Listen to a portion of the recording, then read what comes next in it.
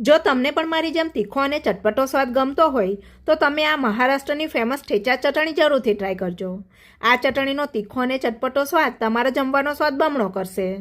તો ઠેચા ચટણી બનાવવા માટે મેં તીખા અને મોળા એમ 2 જાતના મરચાં લઈ તેના ડીટીયા સાફ કરી લીધા છે. વધારે તીખું પસંદ હોય તો તમે ફક્ત તીખા મરચાં લઈને પણ આ ચટણી બનાવી શકો છો.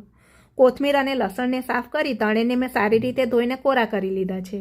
હવે મરચાં અને લસણને આપણે સાતળવાના છે, જેના માટે મેં માટીની કલાળી લીધી છે.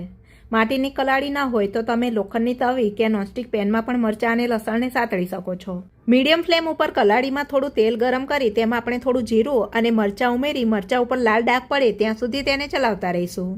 તો થોડીવાર ચલાવ્યા પછી મરચાં સતળાઈને તેના ઉપર થોડા લાલ ટપકા પડવા લાગ્યા છે, એટલે કલાળીમાં આપણે લસણ અને કાચા સિંગદાણા ઉમેરી તેને પણ 2-1 મિનિટ જેવું તેલમાં શેકી લઈશું. તેલમાં સાતળવાથી મરચાં, લસણ અને સિંગદાણાની કચાશ થોડી ઓછી થશે, જેનાથી આપણે ચટણીને 8 થી 10 દિવસ સુધી ફ્રીજમાં સ્ટોર કરીને ખાઈ શકીશું. તો હવે લસણ અને સિંગદાણા પણ સતળાઈ ગયા છે, એટલે આપણે ચટણીના આ મિશ્રણને એક પહોળી ડીશમાં કાઢી થોડીવાર ફેલાવી દઈશું. તો હવે થોડીવાર પછી ઠેચા ચટણીનું મિશ્રણ રેડી થઈ ગયું છે, જેને આપણે કકરું વાટવાનું છે.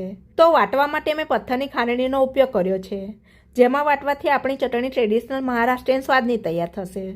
વાટવામાં સાતળેલું મિશ્રણ ઉમેર્યા બાદ ખાંડણીમાં આપણે સ્વાદ પ્રમાણે મીઠું, આપણી ચટણી ચટપટી અને વધારે દિવસ સુધી ચાલે એ માટે થોડી ખાંડ અને અડધા લીંબુનો રસ, તેમજ સાફ કરેલી કોથમીર ઉમેરી બધી જ વસ્તુને આપણે કકરી વાટી લઈશું. તો આ ચટણીને આપણે કકરી રહે તે રીતે વાટવાની છે. પથ્થરની કે સ્ટીલની ખાંડણીમાં વાટશું તો ઘણો સારો સ્વાદ આવશે. એ સિવાય પણ તમે ચટણીના મિશ્રણને મિક્સરમાં કરકરું વાટીને પણ ઠેચા ચટણી બનાવી શકો છો અને એરટાઇટ ડબ્બામાં ભરી ફ્રીજમાં 8 થી 10 દિવસ સુધી સાચવી પણ શકો છો.